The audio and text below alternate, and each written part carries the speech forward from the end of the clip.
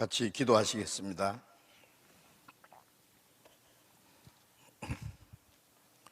우리를 사랑하시는 자비로우신 우리 아버지 하나님, 이 시간에 우리가 또 함께 모여서 하나님의 말씀을 배울 수 있도록 인도해 주심을 감사드립니다. 사람의 지혜와 생각으로는 하나님의 신령한 비밀을 알 수 없지만은 하나님께서 우리의 마음을 열어주시고 하나님께서 나타내고자 원하시는 하나님의 계획과 비밀, 우리를 향하신 하나님의 거룩하신 뜻과 사랑이 무엇인지 깨달아 알게 해 주시옵소서. 각 사람의 영혼을 어둠에서 빛 가운데로, 사망에서 영원한 생명으로 옮겨 주시옵소서. 우리 모두를 다 구원해 주셔서 하나님 아버지께 영광이 되게 해 주옵소서. 우리에게 주시는 하나님의 말씀이 어두운 데 비치는 빛처럼 우리의 영혼을 비춰주시고 우리를 영원한 길로 하나님께로 인도해 주시옵소서. 우리 주 예수 그리스도의 이름으로 기도드렸습니다. 아멘. 성경 창세기 11장을 찾겠습니다. 성경 창세기 11장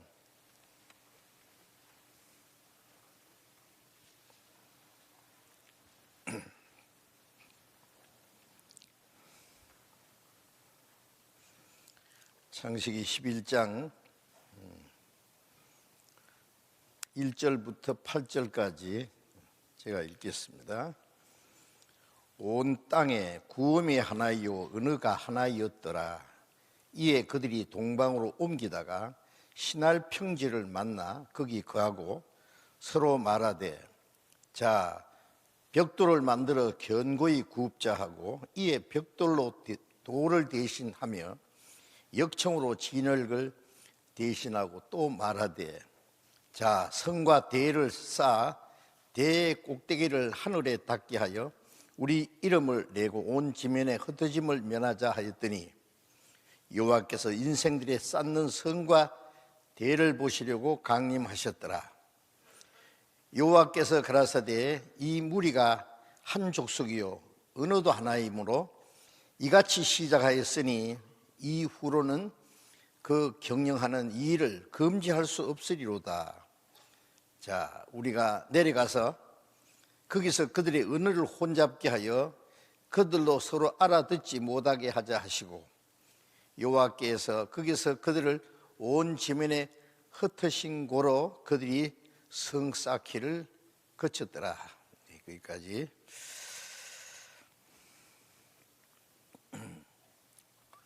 성경은 창조주 하나님이 하나님의 형상대로 만드신 사람에게 하나님을 알게 하시고 하나님을 믿을 수 있는 확실한 증거와 또 우리가 구원받을 수 있는 길을 보여주시기 위해서 주신 하나님의 말씀이고, 이 성경은 하나님이 인간에게 주신 하나님의 책입니다. 우리가 밥을 먹어야 되고 물을 마셔야 되고 공기를 호흡해야 살듯이 우리 영혼은 하나님의 말씀을 배우고 하나님의 은혜를 깨달아야 영원히 살고 영생할 수 있습니다. 그래서 우리는 성경을 자세히 연구해야 될 책임이 있습니다. 성경은 배워도 되고 안 배워도 되는 그런 것이 아니죠. 이 성경에는 성경 전체 내용이 크게 두 가지로 나눈다면은, 하나는 성경은 하나님이 보시는 인류의 역사다. 인류의 역사를 시작하신 때부터 하나님이 작정하신 기한이 끝나면은 역사도 같이 끝납니다. 그 역사 속에 이루어질 사실을 자세히 미리 기록해 주신 것이 성경입니다. 그래서 성경은 하나님이 보시는 인류의 역사다. 그리고 또 하나는 역사 속에 이루어 가시는 하나님의 계획과 목적, 하나님이 기뻐하시는 뜻이 있다고 했어요. 그것은 인간을 행하신 하나님의 계획, 예수 그리스도로 말미암아 구원받는 그 하나님의 은혜를 기록한 것이 성경입니다. 그래서 먼저 우리는 성경이 하나님의 말씀이라는 확실한 증거를 먼저 깨닫는 것이 필요하기 때문에 먼저 성경을 역사적인 입장에서 배우는 것이 필요합니다.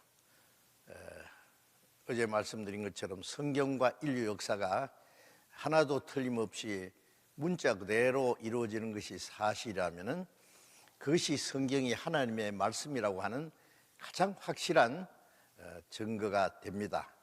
그게 사실인지 아닌지 우리가 확인을 해야 돼요. 잘 모르겠으면 깨달을 때까지 성경이 정말 하나님이 사람에게 주신 하나님의 말씀이고 절대적인 진리든지 아니면 인간의 조작해 만든 최고 거짓말이든지 둘 중에 하나일 것이기 때문에 그래서 우리는 먼저 성경에 나타난 인류 역사를 배워야 됩니다. 어제 인류 역사가 시작된 에덴 동산에서부터 좀 말씀을 드렸죠. 에덴 동산이 지금 지구상에 어디쯤 있는지 세계의 그 과학자들, 학자들은 정확하게 성경에 기록된 대로 고대 메소포타미아, 유프라테스강, 티그리스강 유역, 그게 인류의 역사가 시작된 곳이라는 것을 부인하지 않습니다. 성경도 동일하게 말씀하고 있습니다. 에덴 동산에서 하나님이 아담 하와를 두셨는데 아담 하와가 하나님 말씀을 불순종하고 쫓겨난 이후에 하나님 없이 인간이 점점 번성하는 가운데 이 세상이 죄악이 충만한 때가 있었다고 말씀드렸죠. 그래서 하나님이 이 악하고 패역한 세대를 홍수로 심판한 사건이 또 성경에 기록되어 있습니다.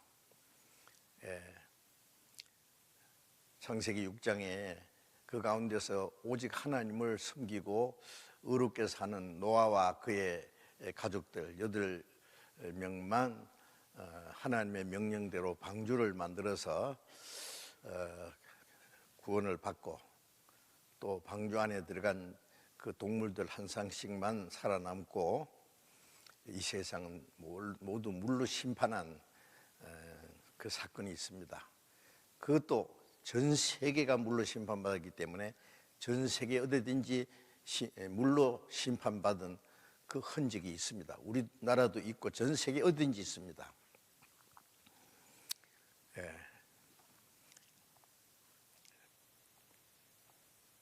그 노아의 가족들이 하나님 명령대로 만들어서 구원을 받았던 방주가 성경에 창세기 8장 3절에 아라산에 머물렀다 했는데 정확하게 아라산에서 많은 탐험가들이 학자들이 조사를 하고 그 발견했습니다. 지금 어제 그 말씀드렸죠. 그리고 홍수 후에 그 아라산에서 내려오면 바로 거기가 터키입니다. 그리고 노아의 가족들이 점점 번성하기 시작했어요. 점점 숫자가 많아지면서 홍수 이전에는 물론 사람의 수명이 굉장히 오래 살았습니다. 아담이 930세를 살고 그 다음에 제일 많이 사는 사람이 무드셀라는 사람은 969세까지 살았어요. 그것도 학자들이 가능하다는 것.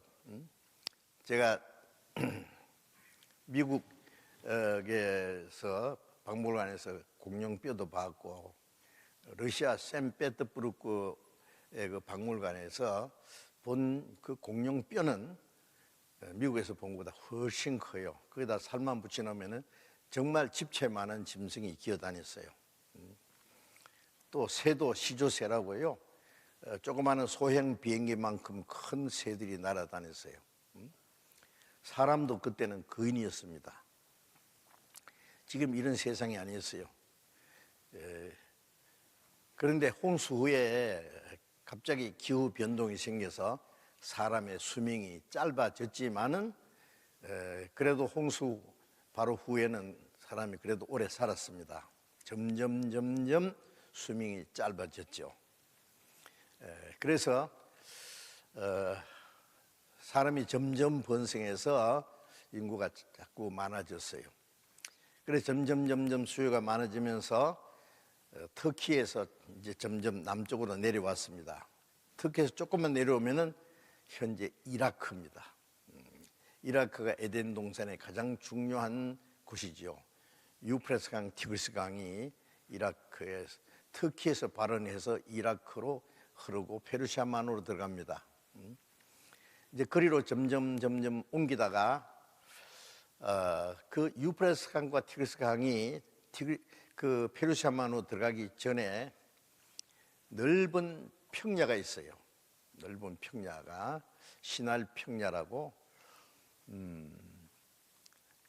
거기 넓은 평야 있는데 거기 사람들이 모여가지고 자 여기가 좋다, 흩어지지 말고 여기다 도시를 만들고 탑을 높이 쌓자. 요즘에 전 세계가요 누가 제일 높은 빌딩을 만드느냐 경쟁이잖아요 지금. 예?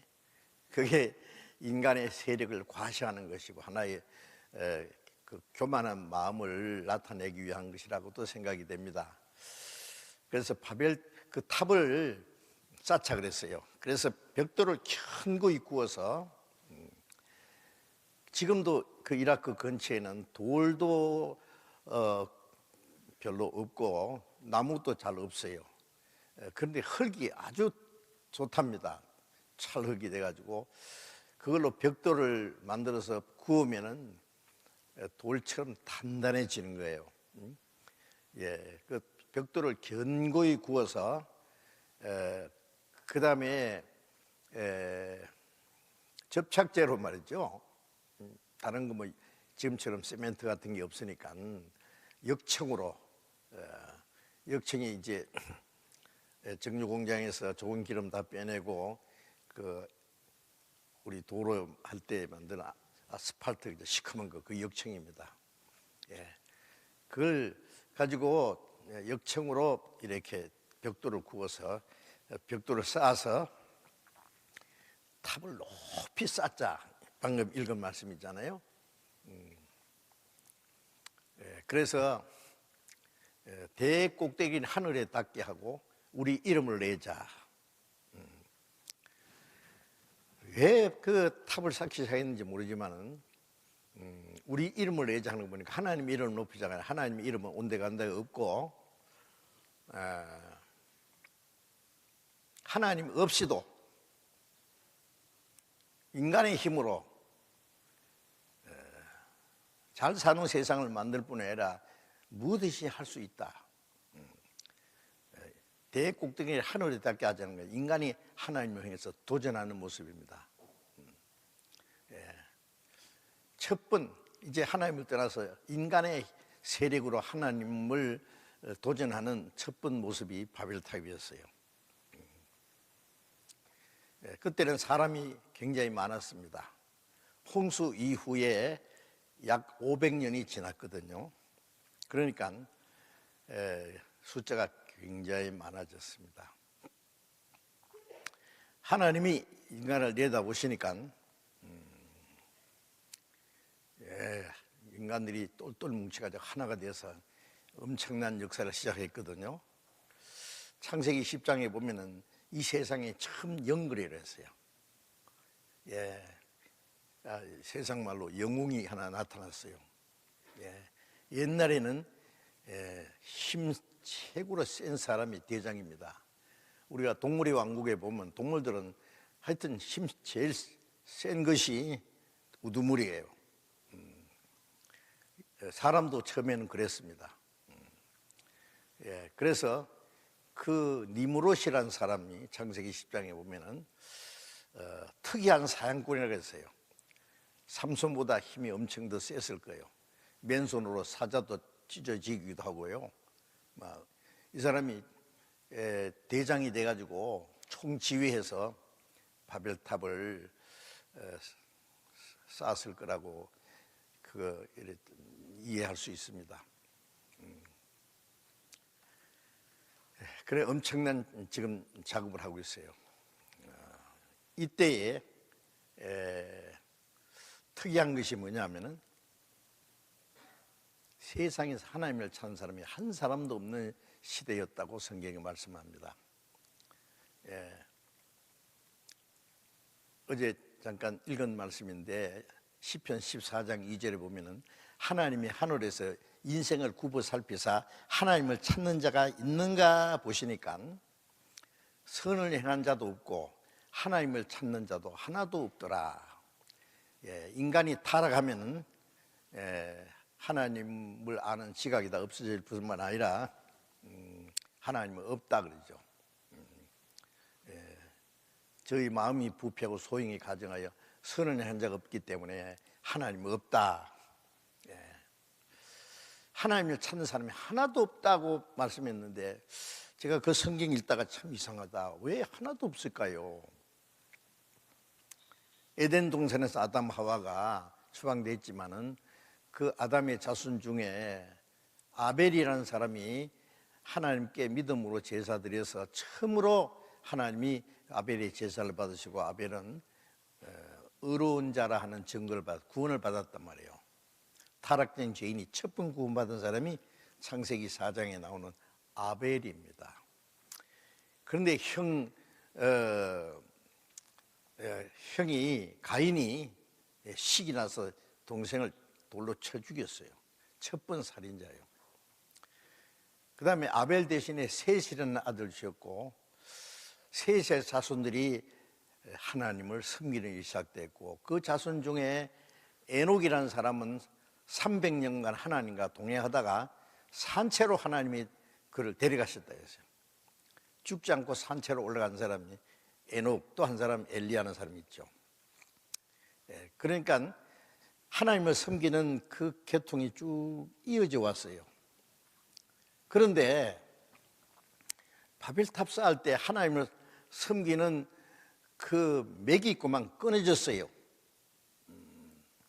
인간이 타락되는 것은 금방 타락됩니다. 착한 일 하려는 건 안 되고 죄 짓는 것은 막 금방 코로나보다도 더 빨리 쫙 악한 것은 금방 본받고 따라갑니다. 그래서 이 바벨탑 쌓을 때 하나님을 찾는 사람이 한 사람도 없는 시대라는 것을 차단했죠.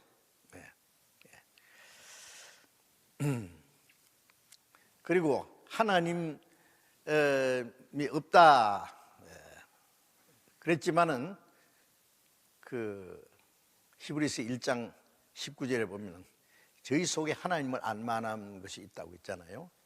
그게 신을 찾고자 하는 마음입니다. 사람 속에 영이 있기 때문에 그 하나님을 찾고자 하는 마음이 그 본능적으로 있어요. 그렇기 때문에 사람이 있는 곳에는 다 종교가 있어요. 공산주의자들은 종교는 아편이라고 부인하지만 공산주의라는 것이 그들이 만들어낸 또 하나의 종교입니다. 북한을 보세요. 김일성이라는 사람이 그들이 섬기는 신이에요. 대단해요. 그 자손이 아주 신성시 신이에요. 신. 뭐 절대자요.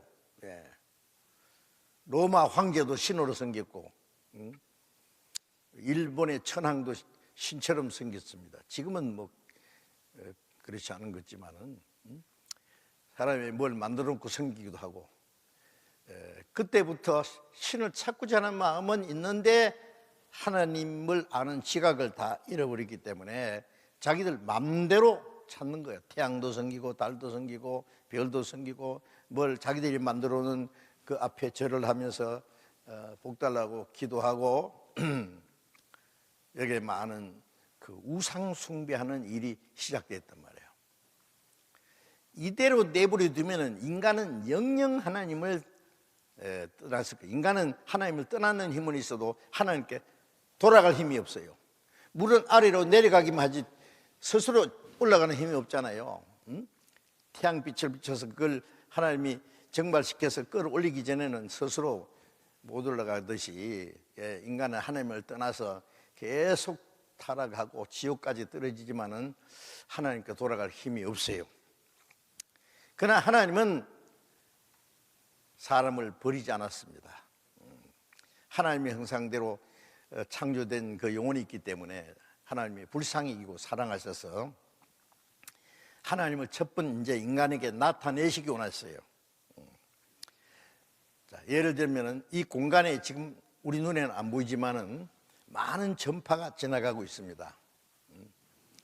KBS, 제1방송, 제2방송, MBC, SBS 그 외에도 많은 전파, 라디오의 그 전파, 그다음에 많은 이게 눈에 보이지 않는 장면들이 지금 지나가고 우리 눈에 안 보이잖아요.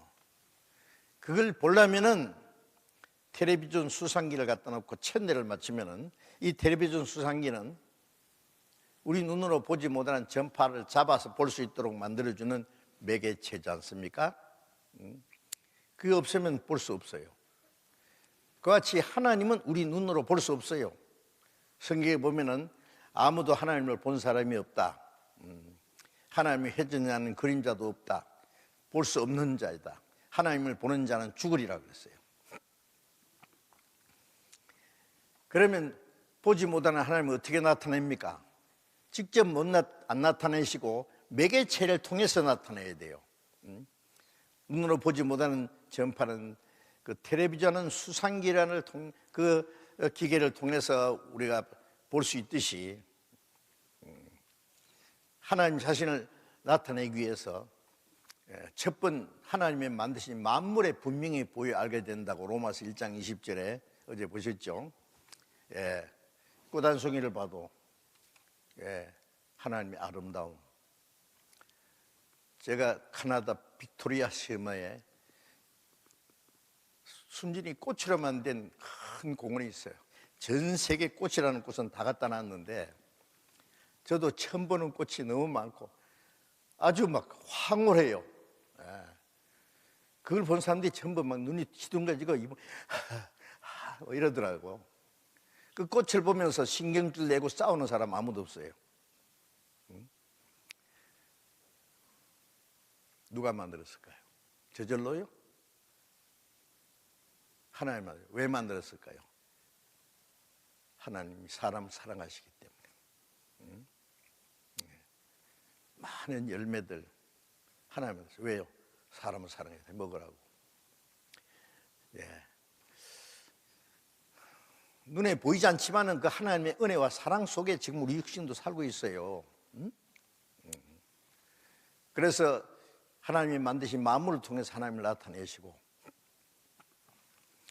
또 성경을 통해서 하나님이 어떤 분인가를 나타냈어요. 어떤 학생이 주머니에서 사진 하나 꺼내가지고 이게 제 아버지입니다. 친구들이 아버지 잘생겼네요. 마음 좋게 생겼네요. 뚱뚱하네요. 돌아가신 아버지 이렇게 생겼대요. 아버지 보이지 못하지만 하나님은 어떻게 생긴지 아세요? 이렇게 생겼습니다. 성경을 쭉 배우다 보면은 하나님이 어떤 분인지 다 나타나요. 정말입니다. 아주 자세히 하나님의 능력과 하나님의 계획과 비밀, 하나님의 사랑, 하나님의 인격, 그 하나님의 모든 것이 성경에 쫙 나타났어요.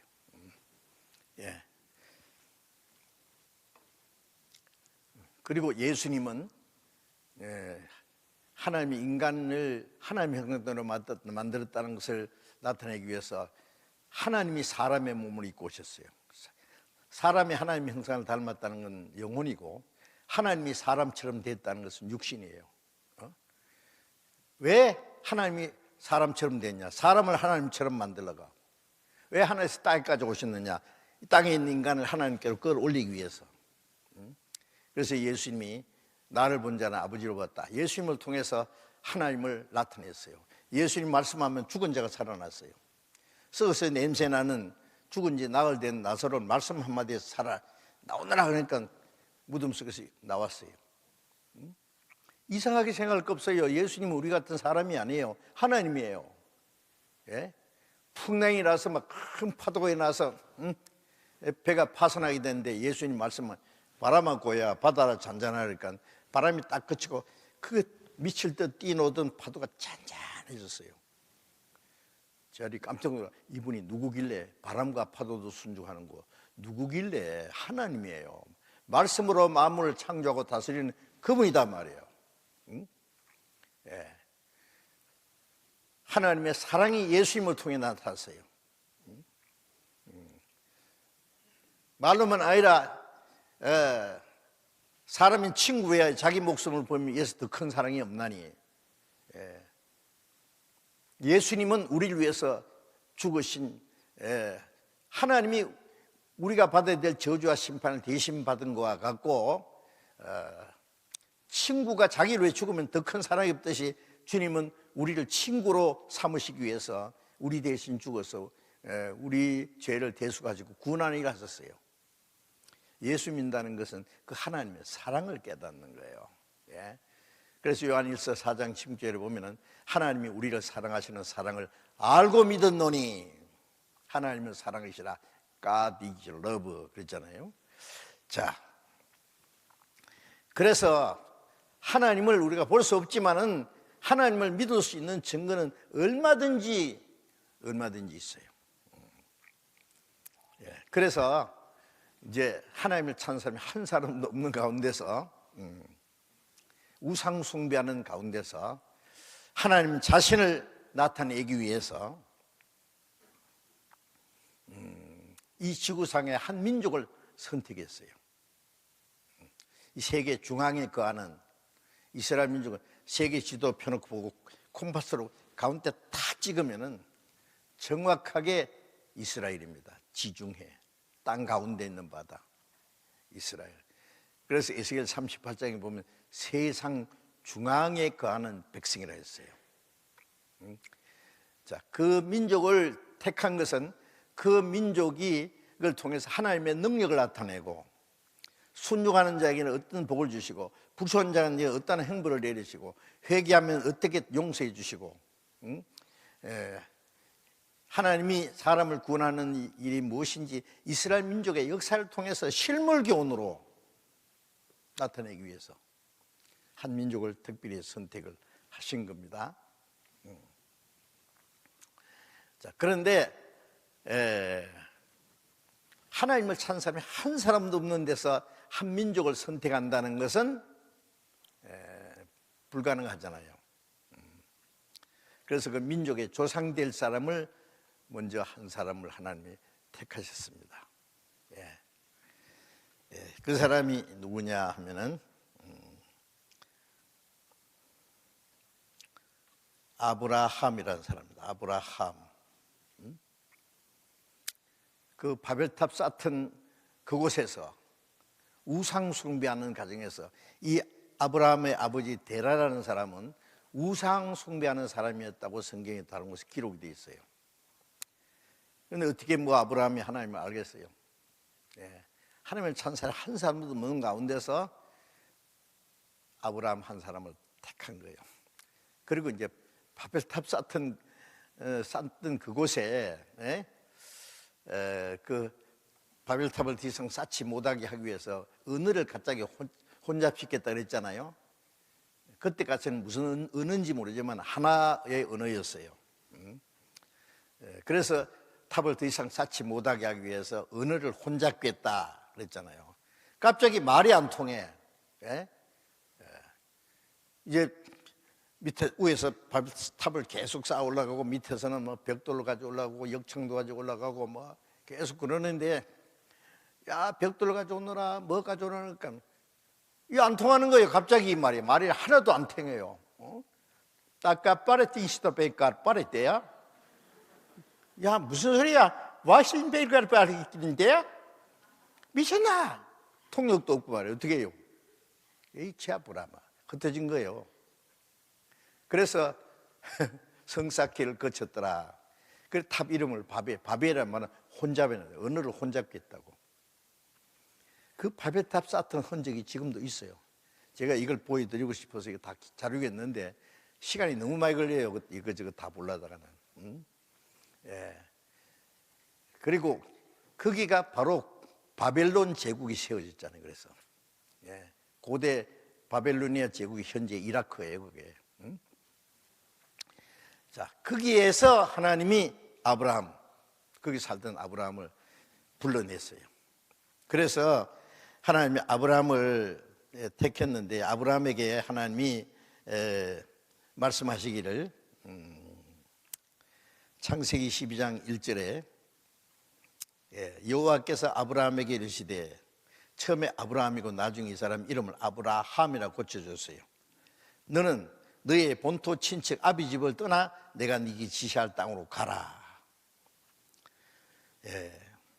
본토 친척 아비 집이 이 바벨탑 쌓던 이 시날 땅, 갈대아 우르라고도 하는 거기에서 떠나서 아비 집을 떠나 내가 네게 지시할 땅으로 가라. 그 땅이 바로 이스라엘 땅이에요. 내가 너로 큰 민족을 이루고 네게 복을 주어 네 이름을 창대케 하리니 너는 복의 근원이 될지라. 너를 축복하는 자에게는 내가 복을 내리고 너를 저주한 자에게는 내가 저주하리니 땅의 모든 족속이 너를 인하여 복을 얻을 것이라 하신지라. 자, 여기 몇 가지 지시할 땅으로 가라 그랬잖아요. 땅. 왜 한 민족을 선택하니까 그 민족이 나라를 이룰 땅이 하나 있어요. 그게 팔레스타인 가나안 땅, 현재 이스라엘 사람들이 사는 땅이에요. 그리고 너로 큰 민족으로 했는 게 바로 이제 이스라엘 민족이요. 아브라함이 이삭을 낳고 이삭이 야곱을 낳고 야곱의 이름을 이스라엘에 고쳐줬어요. 이스라엘이라는 뜻은 하나님의 축복받은 사람이다, 그런 뜻이에요. 예. 그리고 이스라엘이 야곱이 12아들 낳았는 야곱의 이름을 이스라엘 고쳐줬어요. 예. 그 이스라엘 12아들 낳았는데 그 넷째 아들이 유다요. 거기서 예루살렘을 다스리는 왕이 계속 나서 그 나라를 유다 왕국이라, 그 민족을 유다인이다, 우리말로 세게 유태인 그러잖아요. 그리고 히브리 민족이라도 해요. 히브리 민족이라는 것은 아브라함이 바벨타스탄 그곳에서 이 가로질러서 놓았기 때문에 가로질러 온 백성, 강 건너 온 백성이라는 뜻이 있어요. 다른 민족들이 이스라엘 민족을 말할 때 히브리 민족, 우리 학교에서 헤브라이 문명 이렇게 배웠을 거예요. 이스라엘 사람들이 쓰는 말이 히브리어잖아요. 어쨌든 그 민족을, 큰 민족을 이룬다, 이스라엘 민족을 외쳐요. 그 다음에 네게 복을 주어 네 이름을 창대케 하니 너는 복의 근원이 될지라. 자, 이 복의 근원이 된다. 이제 복이 무슨 복이냐면 하나님이 인간에게 주고자 하는 축복이 이스라엘 민족을 통해서 시작되는 거예요. 너를 축복하는 자에게는 내가 복을 내리고 너를 저주한 자에게는 내가 저주하리니 땅의 모든 족속이 너를 인하여 복을 얻을 것이라 하신지라. 땅의 모든 족속이 아브라함의 자손을 인해서 복을 받는다는 것은 우리 육신적인 복이 아니라 그 이스라엘 땅에 예수 그리스도가 오시고 예수 그리스도께서 인간의 죄를 대속해서 영혼을 구원하는 일을 하시고 누구든지 영혼 구원받아서 하나님의 자녀로 천국 가는 복, 그 복이 이스라엘 민족을 통해서 온 세계에 전파될 겁니다. 예루살렘에서 복음이 땅까지, 오늘 우리까지 왔잖아요. 예? 땅의 모든 족속이 너를 인하여 복을 얻는다. 이번에 그 복을 받아야 하나님이 주시기자 원하는 복이에요. 에베소 1장 3절에 보면 예수 그리스도로 말미암아 하늘에 속한 신령한 복을 주셨다 그랬어요. 자, 그래서 자, 여기 몇 가지가 있죠. 예.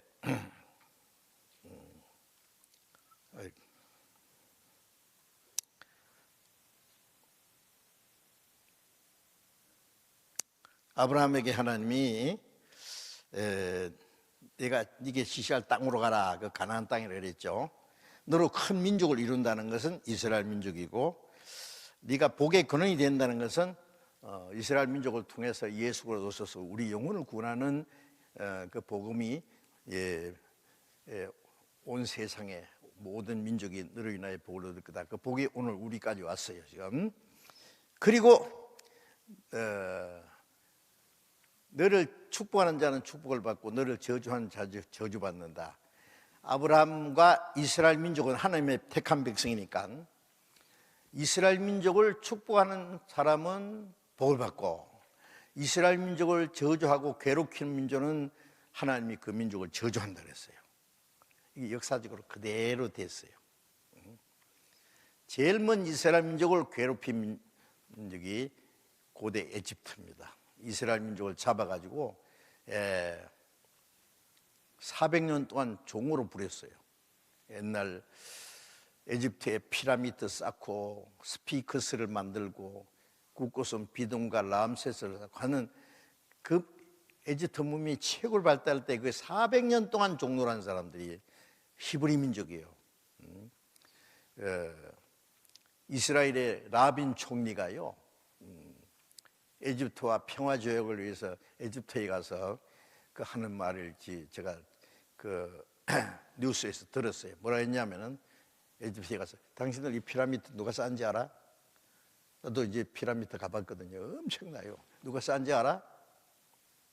지금도 누가 쌓은지 몰라요. 지금 사람이 모르는데, 모르기는요, 라빈 총리가 뭐라 했냐면 옛날 우리 조상들이 여기서 400년 동안 잡혀서 종살이 할 때 그때 우리 조상들이 쌓은 거야.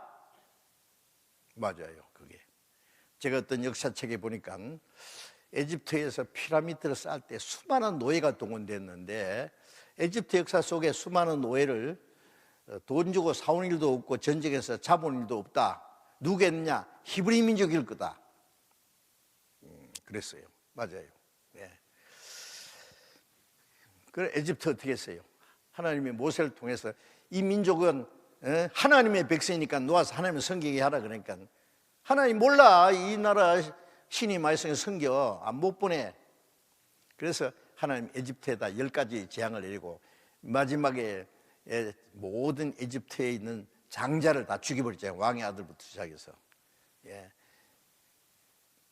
그래서 이스라엘 민족을 해방시켰잖아요. 400년 만에.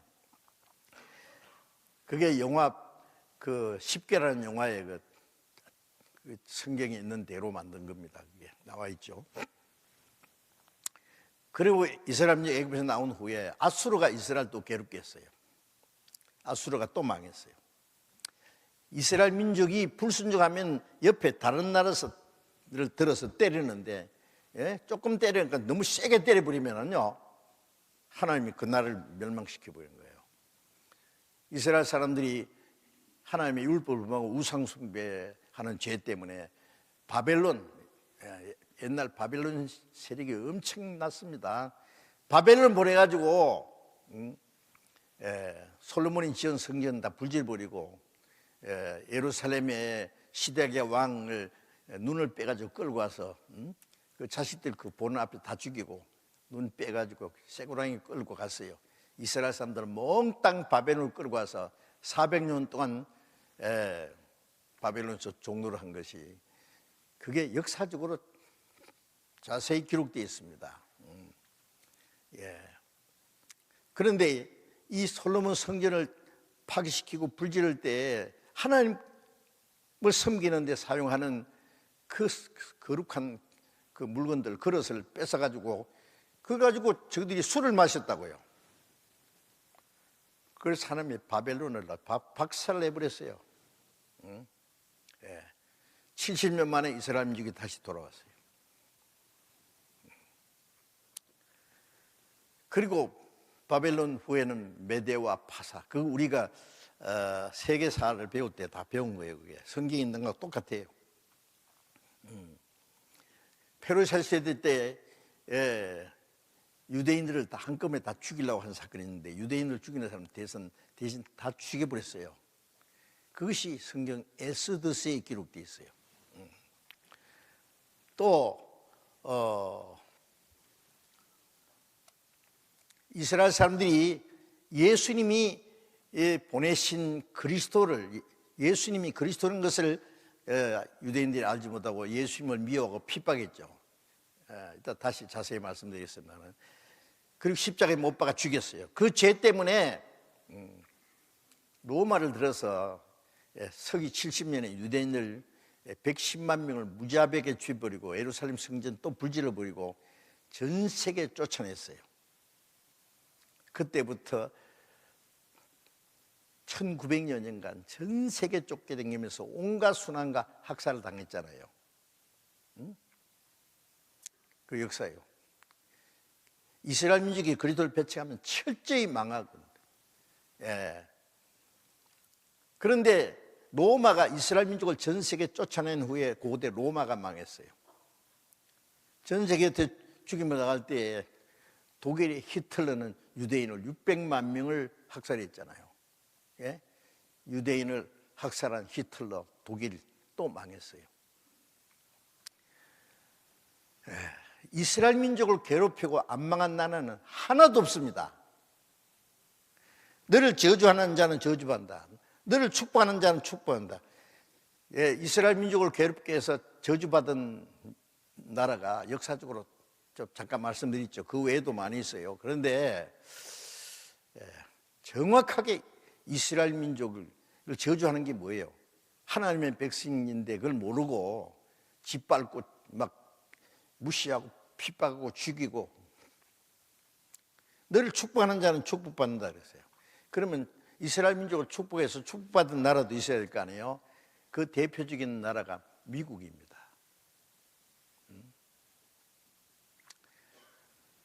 2차 세계대전 때 유럽에서 유대인들 600만 명을 학살할 때에 그게 머리 좋은 사람들 유대인들은 미국이 다 데려갔어요. 그거 아세요? 지금 얼마 전에 통계를 보면은요, 이스라엘 땅에 사는 유대인들이 600만 명, 미국에 사는 유대인들이 약 600만 명, 나머지 600만 명이 전 세계에 아주 흩어져 있어요. 그러니까 이스라엘에 사는 유대인하고 미국에 사는 유대인 숫자가 같아요. 비슷해요. 지금 조금 많아졌겠죠. 근데 미국이라는 나라는요, 세계에서 하여튼 미국은 유대인에 대해서 막 절대적으로 대접합니다. 어떤 나라든지 이스라엘을 건드리기만 해봐라, 미국이 막 대부처럼 가서 다 박살내고 그래요. 이상하잖아요?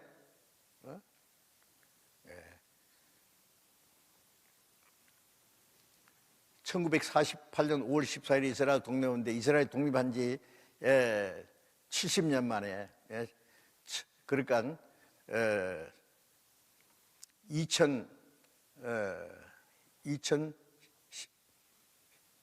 2018년 몇 년 전이죠. 꼭 70년 됐던 때에 미국이 예루살렘을 이스라엘 수도로 정한다. 약 2000년 만에 독립을 했고, 독립한 지 70년 만에 예루살렘을 수도로 만들고, 텔아비브에 있는 미국 대사관을 예루살렘에 옮기고, 미국 대통령은요, 뭐 트럼프뿐만이 아니라 역대 대통령이 전부 이스라엘 적극 지지합니다. 대단해요. 그렇지 않으면 미국 대통령을 할 수가 없어요. 아니, 불과 600만 명밖에 안 되는 미국의 인구가 약 3억 5천만 명입니다. 약 6% 되나요? 그 유대인들이 미국 정치, 경제, 문화, 매스컴 다 쥐고 있어요. 과장된 말이 아닙니다. 엄청나잖아요.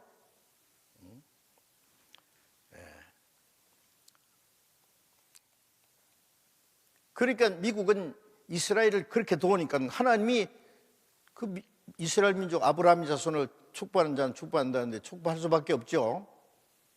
네? 이따가 영상으로 제가 보여드릴게요. 자, 하나님이 아브라함에게 이 말씀하실 때가 지금부터 약 4,000년 전입니다.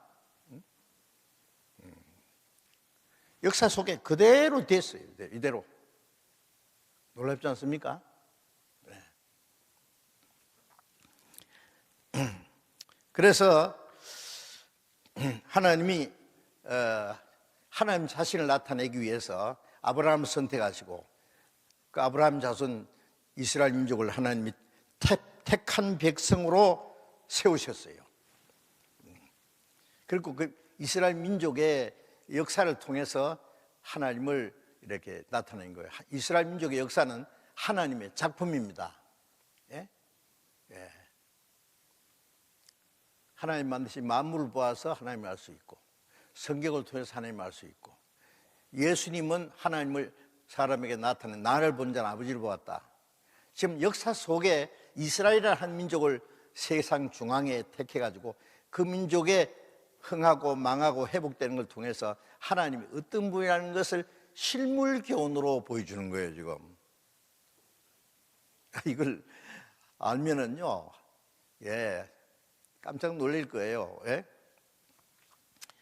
그래서 하나님이 이스라엘 민족을 선택했는데, 자, 이제,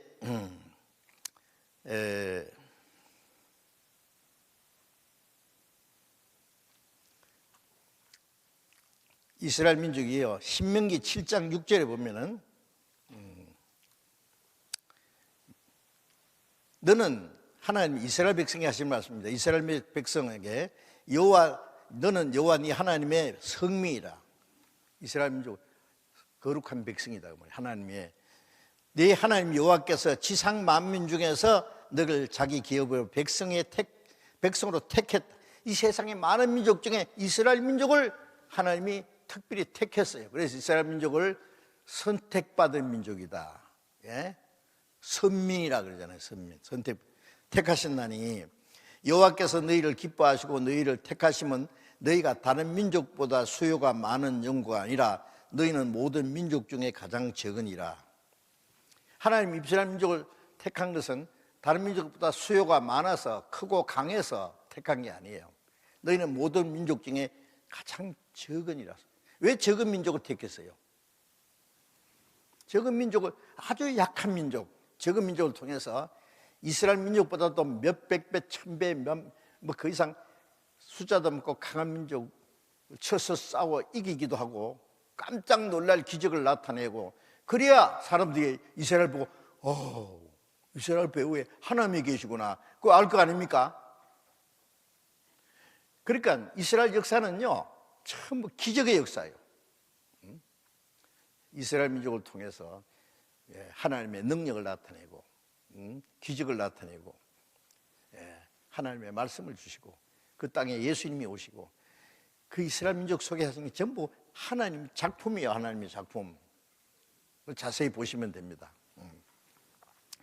너희는 모든 민족 중에 가장 적으니라. 가장 적고 약하면, 그리고 이스라엘 민족이 좀 커지려면 또 때려가 조그맣게 만들어. 예? 또 커지면 때려가 또 조그맣게 만들어. 그리고 엄청난 막 숫자가 많고 간민족고 전쟁부처럼 쳐서 이겨요. 그런 사람들이 와, 이스라엘 배후에는 정말 하나님이 계시구나. 그럼 세상 끝날까지 그래 돼 있어요. 예? 여호수아 23장에 보면 너희 중에 한 사람이 1000명을 쫓으리라. 일당천 하나님이 너희를 위해서 싸우심이라. 예. 여러분 사업하는 분들 유태인하고 절대로 대항하지 마세요. 백발백중 망합니다. 아십니까? 나라도 이스라엘을 대적하면은요 하나님이 가만히 놔둬요. 예. 자, 이게 말이에요. 예. 과거도 그렇고 지금도 그렇고 앞으로도 그럴 거예요. 놀라운 일입니다.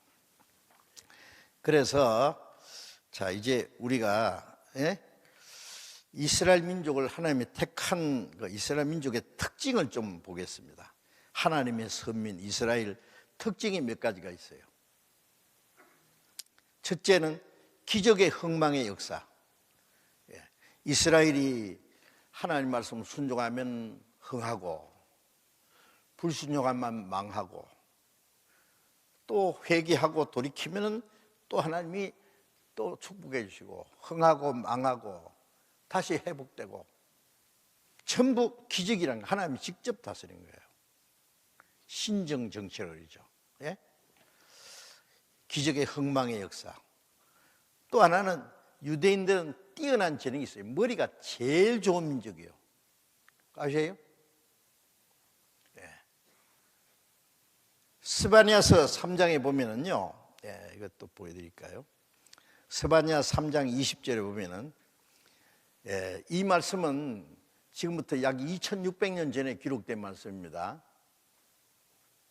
그런데 전 세계에 흩어진 후에 서기 70년부터 이 성경이 기록된 이후에 약 600년 후에 이스라엘이 망했고 이스라엘이 전 세계에 흩어져 약 2000년 만에 이스라엘이 지금 그 땅에 돌아가서 독립한 지가 지금 72년이자 됐는데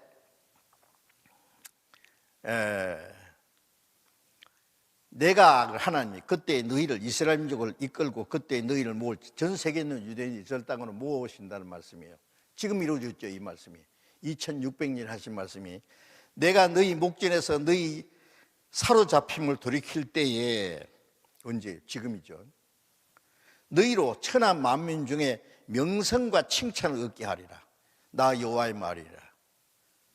아니 2000도 없었던 민족이 그 땅에 하나님이 돌이켜서 돌아가겠는데 천하 만민 중에서 명성과 칭찬을 얻게 하리라. 나 여호와의 말이니라. 왜 명성과 칭찬을 얻어요? 온 세상 사람들 유대인 머리 최고다. 따라갈 수가 없어요.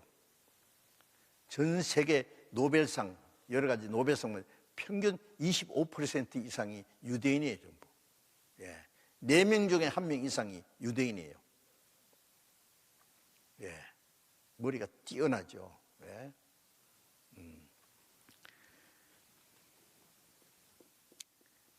다른 나라하고 전쟁하면 영락없이 이기는 민족이에요. 이스라엘이 망할 때는 막 철저히 망해요. 왜? 하나님이 얼마나 공의로운 분이라는 것을 나타내게 보이기 위해서. 그러나 이스라엘이 영원히 망하면 하나님 죽었다고 할 테니까 이스라엘은 망했어도 하나님 안 죽었다. 그러면 이스라엘 민족을 지속적으로 회복시켜야 돼요. 하나님 이스라엘 민족 회복시킬 때는요, 어떤 민족도 이스라엘 건드리면 망해요. 그 배후에 하나님이 계신데요. 그러니까 이스라엘과 전쟁하면 판판이 망합니다. 그 아랍이 얼마나 세력이 막 커요. 알라신을 섬기는 전부 해교 국가 50여 나라요. 이스라엘은 쬐끄만 민족이에요. 그 아랍의 그 강한 민족이 싸워서 못 이겨. 아무리 싸워봐도 못 이겨. 다 막 졌잖아요. 건드리기만 하면 몇 배 보복당하니까 지금 건드리지는 못해요. 지금 어떻게 생각하세요? 그러니까 사람들이 유대인 대단하다. 대단한 거 말고 그 배후에 하나님 계신 건 모르니까 문제예요. 그래서 이스라엘 사람들은요, 머리가 제일 뛰어난 민족이에요. 그러니까 또 다시 봅니다. 뛰어난 재능이 있어요. 제가 다시 말씀드리겠습니다. 세계 경제를 장악하고 있어요. 돈 제일 많은 민족. 지금 세계에서 제일 큰 세계의 패권 국가이고 경제 대국이 미국이잖아요. 미국이 제일 큰 부자인데 미국의 경제를 유대인들이 다 쥐고 있어요. 이거는 과장된 말이 절대 아닙니다. 이거 이해가 안 되면 자세히 연구하면 돼요. 세계 경제를 아는 사람 다 알고 있어요. 유대인들에게 부자는요, 뭐 어느 다른 나라 부자 돼도 못해요. 유대인 부자들은요, 한 사람이 가지고 있는 돈이 어느 나라, 한 나라 안에 가지고 있는 돈보다 더 많은 게 있어요. 예. 세계 경제를 쥐고 있어요. 예? 세계 경제를. 그 다음에 중동과 세계 분쟁의 핵. 중동에서 전쟁이 나면 그거는 이스라엘 때문에 그래요. 세계 곳곳 일어나는 일들이 이스라엘 유대인 때문에 일어나는 일들이 많아요. 예를 들면 미국의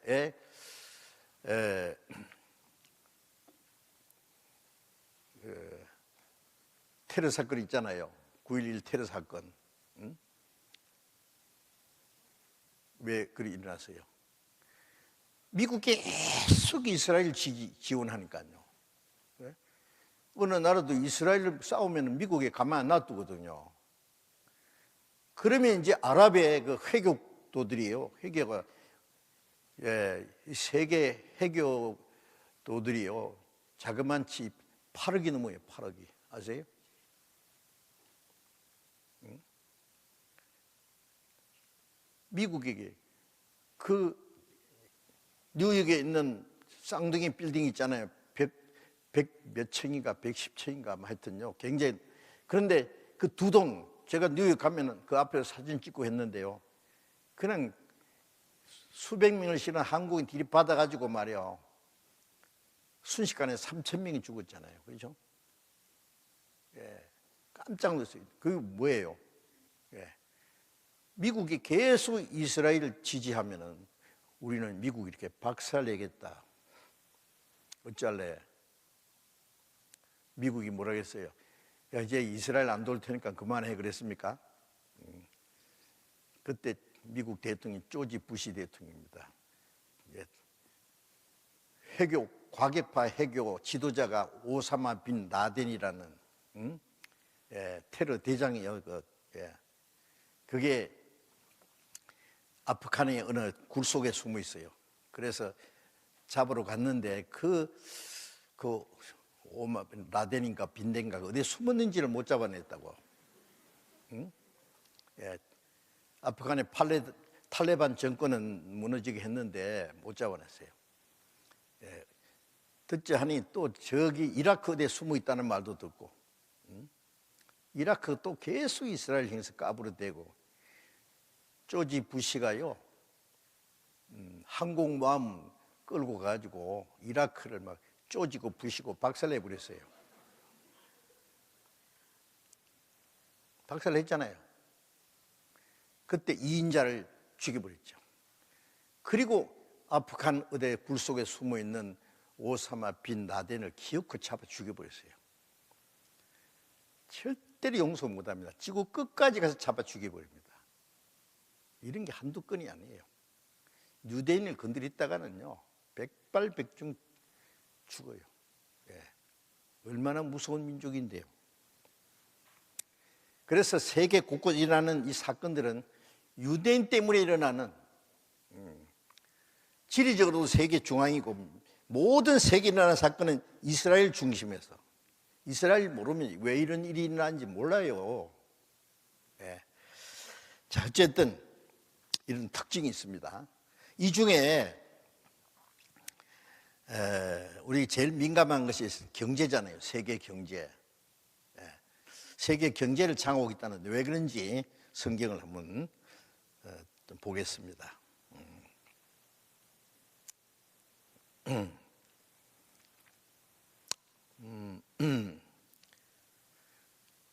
신명기 8장 17절에 보면은요, 두렵건대 네가 마음에 이르기를 내 능과 내 손의 힘으로 내가 이 재물을 얻다 할까노라. 네 하나님 여호와를 기억하라. 그가 네게 재물을 얻을 능을 주었습니다. 하나님 이스라엘 백성들에게 하시는 말씀, 네가 돈을 벌 때 내 손과 내 능력으로 이 재물을 얻다 하지 마라 그 말이에요. 네 하나님 여호와를 기억하라는 말은 잊지 마라. 하나님이 네게 재물을 얻을 능을 주었습니다. 돈 버는 재능을 주었단 말이에요. 하나님이. 우리나라에도요, 당대에 빈손으로 당대에 대기업의 총수가 된 분이 몇 분 계시죠? 대단한 거예요. 아무나 못해요. 그거는 돈 버는 재능을 가진 사람이 따로 있어요. 돈 버는 재능이 있는 사람은요, 아무리 불황 때라도 돈 벌 길이 훤히 보인대요. 우리는 아무리 봐도 아무것도 안 보이는데 돈 벌 길이 훤히 보이면 얼마나 좋겠어요. 돈 버는 재능을 가진 사람은요 따로 있어요. 예.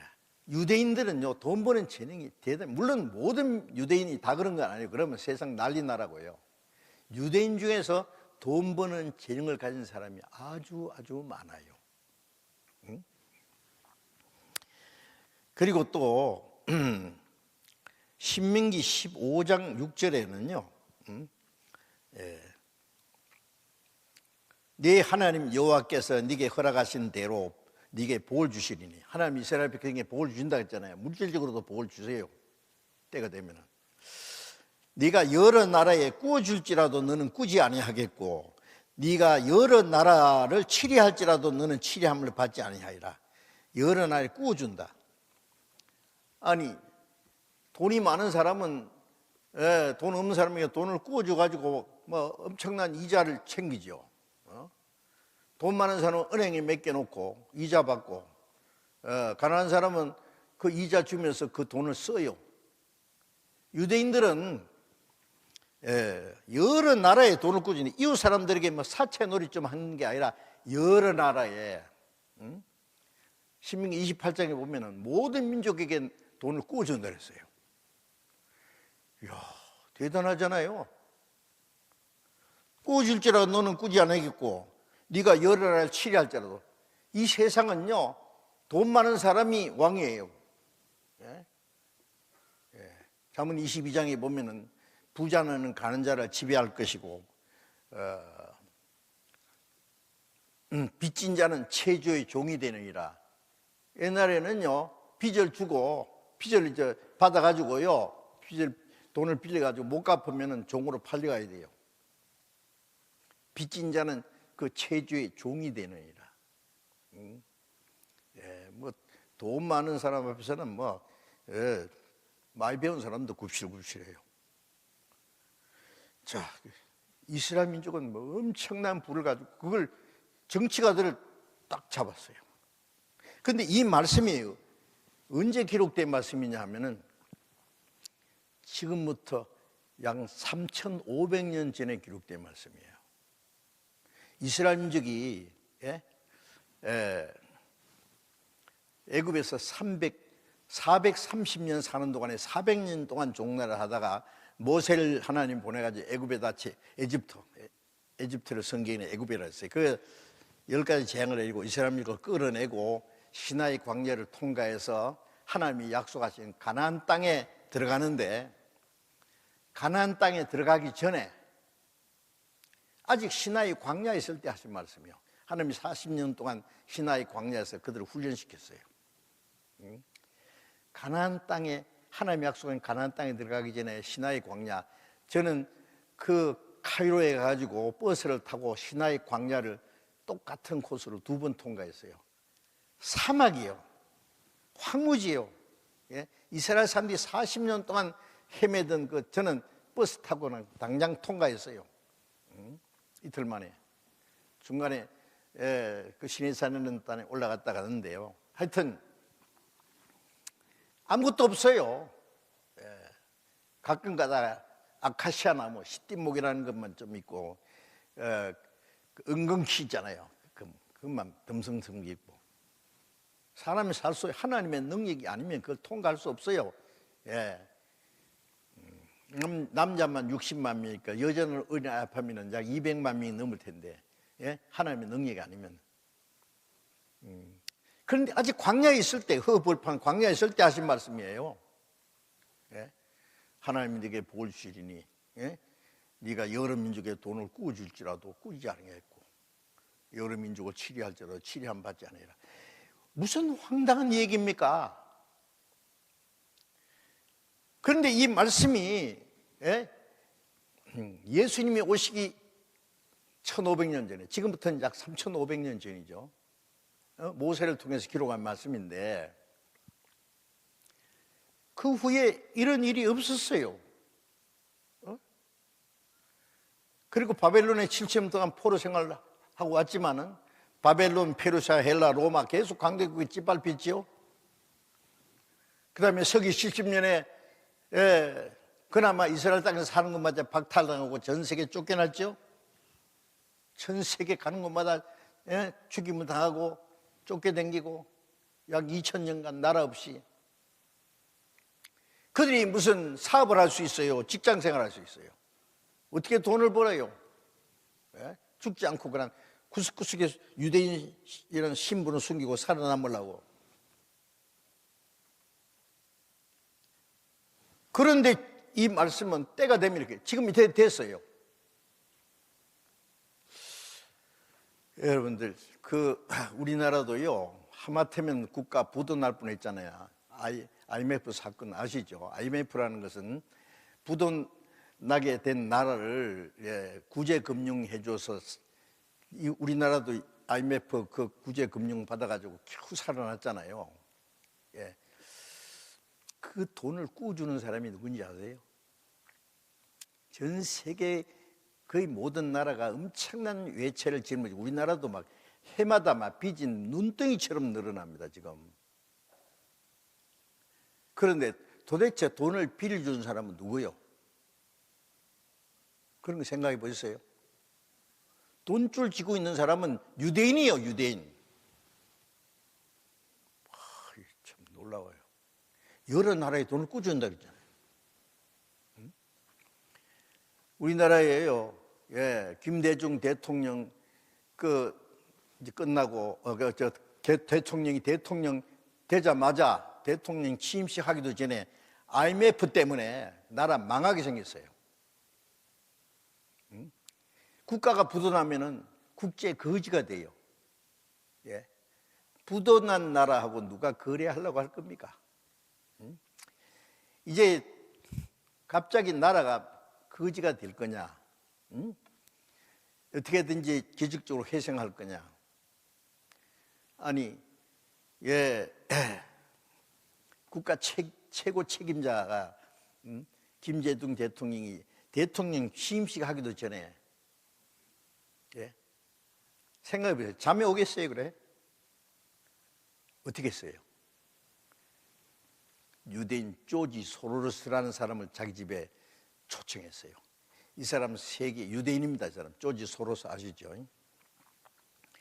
세계에서 제일 큰 펀드 회사를 가지고 있어요.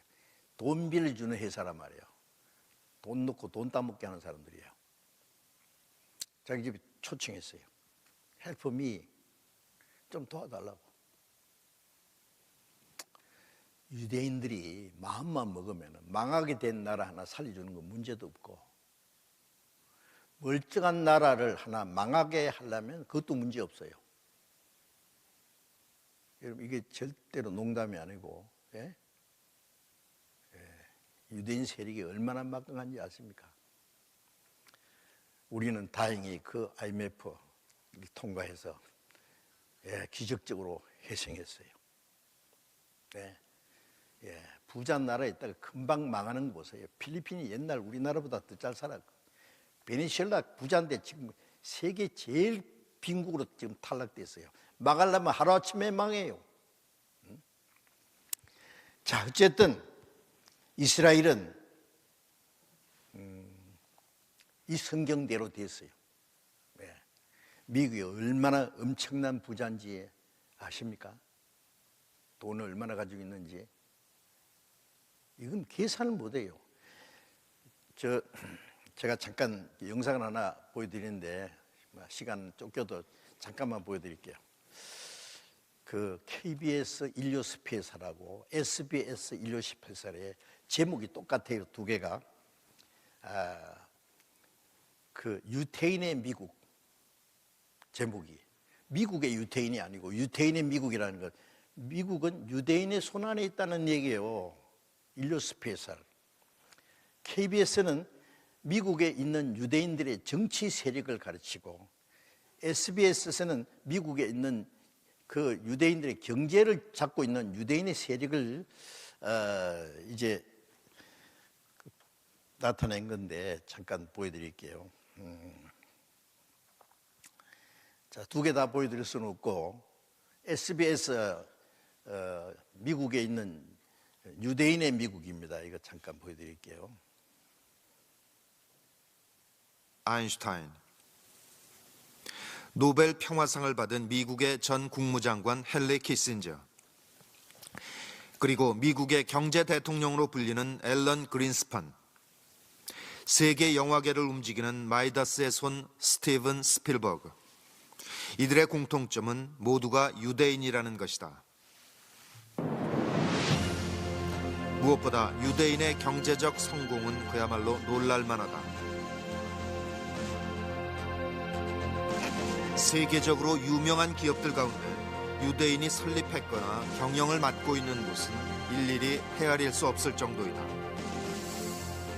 You know, it's a very small part of the population. I mean, they're less than 2% of the world population, about 2% of the United States population. But the percentage that have had achievement, whether it be science or sports or law or civil rights, human rights, and are really extraordinary. 세계 자본주의의 중심 미국. 그 중에서도 헐리우드로 상징되는 영화 산업은 한 해 평균 90억 달러가 넘는 수익을 올리는 거대 산업이다. 경제적 가치는 물론이고 막강한 문화적 영향력을 갖고 있는 미국의 영화 산업. 그 심장부인 헐리우드를 움직이는 것은 다름 아닌 유대인이다. 워너 브라더스를 비롯해서 파라마운트, 그리고 20세기 폭스 등 헐리우드의 주요 영화사 대부분을 유대인이 만들었다. 전 세계 영화의 85%를 만들어내는 꿈의 공장 헐리우드는 실제로 유대인이 움직이고 있는 것이다.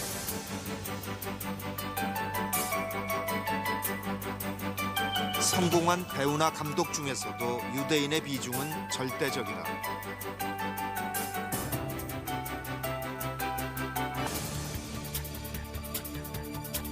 미국 인구의 2%에 불과한 유대인이 국민 총소득에서 차지하는 비중은 무려 15%, 1조 6,500억 달러에 이른다.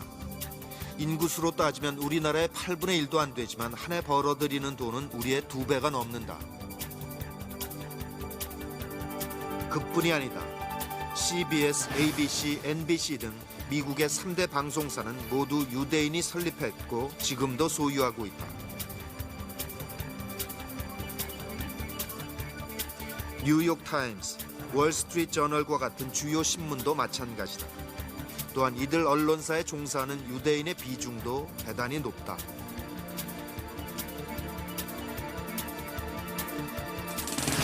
(2003년) 미국의 경제 전문지 포브스가 조사한 바에 따르면 유대인이 설립했거나 경영하고 있는 유대계 기업이 미국 내 30대 기업 중 무려 12개나 된다.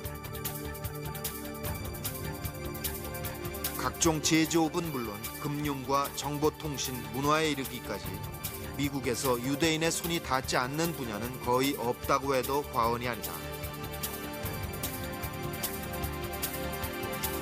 세계 경제의 중심 미국을 움직이는 유대인의 힘. 길지 않은 시간 동안 이 정도의 위치까지 올라설 수 있었던 유대인의 저력은 과연 어디에서 온 것일까?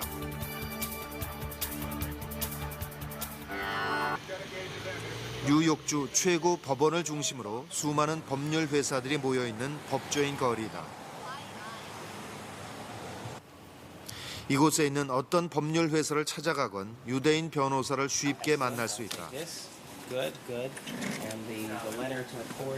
미국 내 3대 법률 회사 가운데 하나인 월드와이드 플라자도 마찬가지이다. My guess would be at this firm there's anywhere between 20% to 25%. So 1 out of 5, 1 out of 4.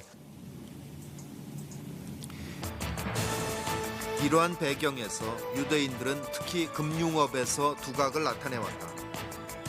세계 금융의 중심인 월스트리트는 유대인이 만들었다고 해도 틀린 말이 아니다. 미국의 한 유력 경제 전문지 조사에 따르면 월스트리트에서 가장 영향력 있는 인물 25명 가운데 유대인은 무려 10명. 이 같은 상황은 유대인들의 역사와도 밀접한 관련이 있다. 떠돌이 삶에 익숙했던 유대인들은 자신의 재산을 부피가 작으면서도 가치가 높은 보석으로 지녔다. 그런 유대인들이 하나둘씩 모여들면서 만들어진 것이 바로 다이아몬드 거리이다. 2,000개가 넘는 이 거리의 가게 가운데 열의 8분 유대인 소유인데 가족이 함께 일하는 경우가 대부분이다. 자, 이제 여기까지만. 유대인의 이 경제 세력이라는 것은요, 막강합니다. 도무지 이해가 안 돼요. 근데 미국의 경제보다 더 막강한 세력이 유럽의 경제, 미국보다 더 굉장한 겁니다. 미국에는 록펠러 오형제 자손, 유럽에는 로스차일드 오형제 자손, 유럽 경제를 다 쥐고 있어요. 이들이 세계 경제를 딱 거머쥐고 있습니다. 꼼짝달싹 못합니다. 정치가들이 그 경제에 의해서 유대인의 손에 잡혀 있습니다. 그러니까 유대인을 모르면 세계가 어디로 가는지 몰라요. 그래서 일본의 우노마삼이라는 사람은 책을 썼는데 유대인을 알면 세계가 보인다고 했어요. 성경대로입니다, 그게. 자, 그리고 이거 자세히 말씀드리려면 밤새워야 되니까 간단하게 또 이제 하나님의 선민 이스라엘 민족 선택 목적이 또 있어요. 크게 세 가지로. 첫째는 하나님의 정인입니다. 이스라엘 민족을 통해서 하나님을 증거하기 위한 거예요. 그 이스라엘 민족의 역사는 하나님이 직접 다스린 기적의 역사입니다. 그 다음에 또 하나는 그 백성에게 하나님의 말씀을 맡겼어요. 전 세계 전해질 그 말씀을 유대인들에게 맡겼어요. 구약은 예수님이 오시기 전에 그리스도를 보내주시겠다는 약속, 신약은 약속대로 들어오셔서 구원의 역사를 완성했다는 말씀, 구약이나 신약이나 유대인을 통해서 기록했어요. 그래서 넓은 논에다 모를 심기 전에 모짜리를 만들잖아요. 모짜리를 만큼 키워놓고 모를 기르고 그 다음에 뽑은 것이 전 세계 전해질 하나님의 말씀을 유대인들에게, 이스라엘에게 먼저 맡긴 거예요. 하나님의 말씀을 맡겼다 그랬어요. 로마서 3장 1절에 보면은 유대인이 다른 민족보다 나은 것이 뭐냐, 여러 가지 있는데 첫째는 저희가 하나님의 말씀을 맡았다고 돼 있어요. 그리고 이스라엘 백성들을 전 세계에 모으시면서, 이제 내일 또 말씀드리겠지만은 이스라엘 민족에게 이스라엘아 너희는 나의 증인이라 그랬어요. 하나님을 증거하기 위해서 이 땅에 살아있는 민족이에요. 우리 구원받은 사람들은 그리스도의 증인이에요. 그리스도께서 구원하신 사실을 우리를 통해 증거하니까. 이스라엘 민족은 하나님을 증거하기 위해서. 또 그리스도의 탄생의 모체예요. 예수 그리스도는 동정녀 마리아의 태를 통해서 나온 것뿐 아니라 이스라엘이라고 하는 한 민족을 모체처럼 택했어요. 그래서 이스라엘 민족을 통해서 예수 그리스도가 오시고, 그리고 온 세계에 전해지면서 이스라엘 민족 하나의 모체처럼 택한 거예요. 자, 그래서 자, 이제 좀 정리를 좀 하자면은요, 하나님이 이스라엘 민족을 선택하시고 그 민족의 역사를 통해서 많은 이적을 통해서 하나님을 믿게 했어요.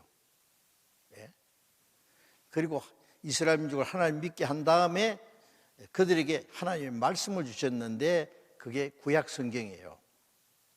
구약이라는 것은 그리스도를 보내주시겠다는 약속이단 말이에요. 약속. 히브리 말로는 메시아, 헬라 말로 그리스도, 우리 말로 번역하면 구세주. 사람이 세상에 나기도 전에 그 사람의 전기를 기록한 사람은 아무도 없죠. 사람이 살고 가면 나중에 그 사람 전기를 기록하기도 하지만은 예수님은 세상에 나시기 전에 그의 전기가 다 기록됐어요. 처녀의 몸에서 나실 것이다, 베들레헴에서 탄생하실 것이다, 그거 어떻게 살다가 어떻게 죽을 거다, 사흘 만에 부활할 거다. 성천하실 것이다. 그 이름이 온 세계에 전파될 것이다. 그리고 마지막에 다시 재림하실 것이다. 그가 온 세상을 심판하실 것이다. 그게 구약에 다 기록되어 있어요. 구약에. 예수님 오시기 전에. 예수님 오시기 600년, 400년 전까지 구약이 다 기록됐는데요. 그 구약에 말씀하신 대로 그리스도가 오셨죠. 그리고 오셔서 십자가에 죽으시고 부활하심으로 구원하는 역사를 이루시고 그 복음이 온 세계에 전파돼야 돼요. 그 복음이 오늘 우리까지 온 거예요. 그래서 이스라엘 민족은 과거 역사를 통해서 많은 이적을 통해서 하나님을 믿고 하나님이 선지자를 통해서 주신 말씀을 통해서 약속하신 그리스도가 오시기를 간절히 고대했어요. 그런데 약속대로 그리스도가 이스라엘 땅에 오셨는데 이스라엘 사람들이 하나님이 보내신 그 그리스도가 예수님이 그리스도라는 걸 알지 못하고 그를 미워하고 핍박하고 로마 사람들의 손을 빌어서 십자가에 못 박아 죽였어요. 아니 이럴 수가. 하나님의 택한 백성이 하나님의 아들을 그들이 기다리던 메시아를 죽였다고요. 왜 그랬을까? 그게 이제 바로 비극입니다. 자, 얼른 이해가 안 되는데요. 자, 이 성경에 이렇게 요한복음 1장 11절에 자기 땅에 오매 예수님이 하나님의 택하신 그 이스라엘 땅에 오셨단 말이에요. 자기 땅에 오매 자기 백성 이스라엘 백성이 영접지 아니했어요. 배척했어요. 죽였어요. 왜 그랬을까? 이게 답이 고린도전서 2장 8절에 이 지혜는 이 세대의 관원이 하나도 알지 못하였나니 만일 알았다면 영광의 주를 십자가에 못 박지 않았으리라. 예수님이 하나님이 보내신 그리스도라는 것을 몰랐어요. 예수님께서 이스라엘 백성들에게 너희가 나를 알았다면 아버지를 알았으리라. 나를 알지 못하는 것은 나를 보내신 아버지를 알지 못한다. 하나님의 택한 백성이 하나님도 제대로 몰랐어요. 그러니까 하나님이 보내신 그리스도도 몰랐어요. 모르는 게 죄입니다. 모르면 하나님 아들까지 죽여버려요. 하나님 백성이. 세상에 이럴 수가. 알았다면 영광의 주를 십자가에 못 박지 아니하였으리라. 그럼 몰랐다고 죄가 아닙니까? 모르는 게 죄지요.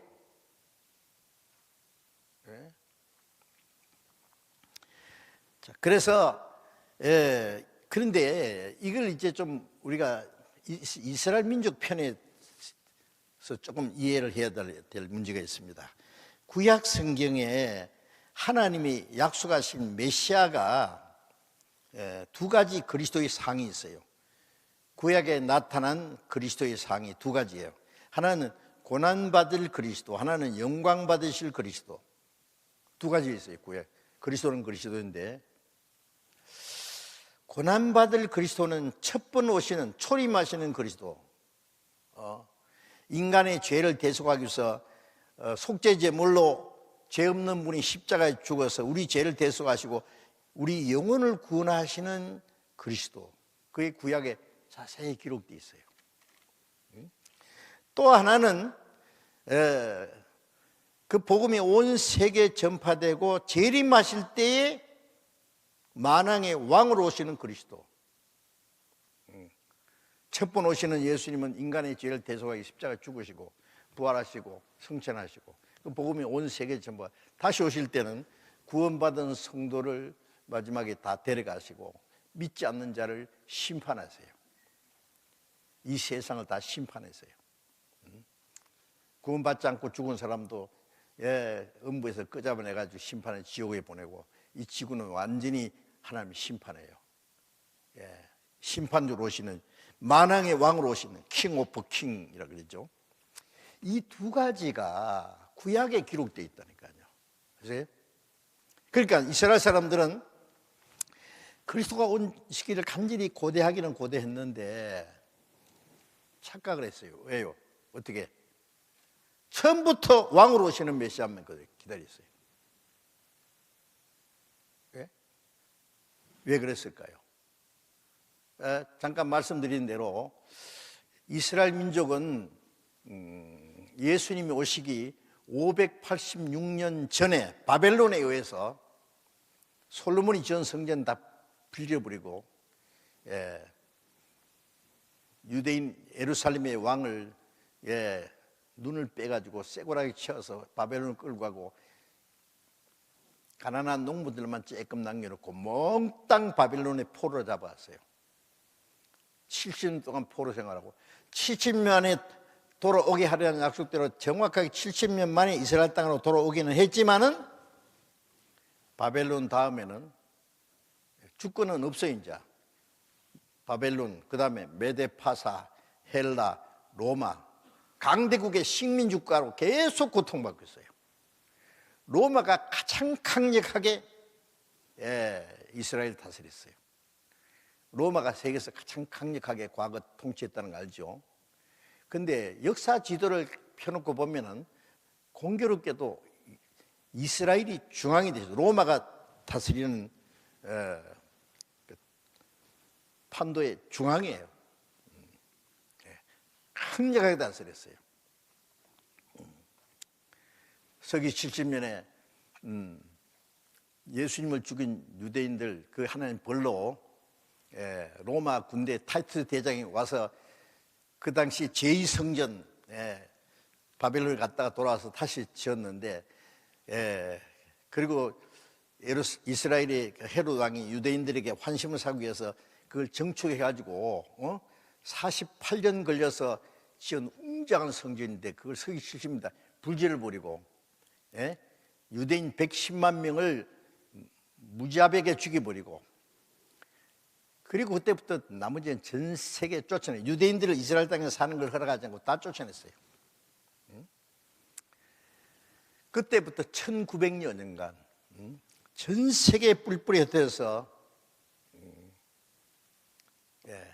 가는 것마다 순환을 당했죠. 그런데 그 전에 유대인들이 로마, 바벨론, 페르시아, 헬라, 로마 계속 강대국 짓밟혔는데 유대인들이 뭘 기다렸냐? 하나님이 약속하신 메시아를 기다렸어요. 메시아를. 그런데 그들은 매일같이 기도하기를 여호와의 메시아를 보내주소서. 메시아 그리스도가 오시면은 로마를 정복하고 이스라엘 독립시켜 줄 줄로 고대했죠. 약속대로 오셨어요. 그리스도가 이제 이스라엘 땅에 오셔서 죽은 자를 살리고 문둥병자를 깨끗하게 속의 눈을 뜨게 하고 깜짝 놀랄 기적을 행하시면서 자기가 성경에 약속하신 그리스도라는 걸 말씀했어요. 이스라엘 사람들이 야, 저분이 우리가 기다리던 메시아냐? 막 구름대처럼 따라다녔어요.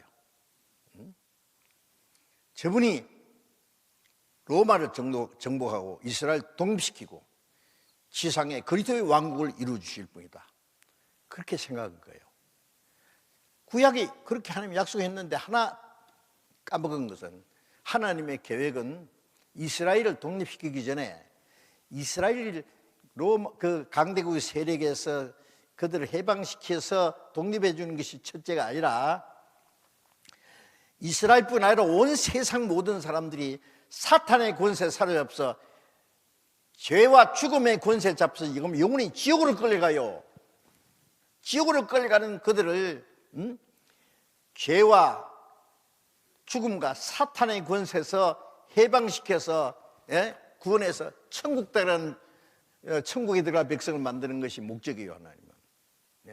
하나님의 사람이 주는 게 이 땅이 아니에요. 뭐 이스라엘 독립시켜주고 뭐 이 지구상에 지상 왕국을 만들어주고 그게 목적이 아니에요.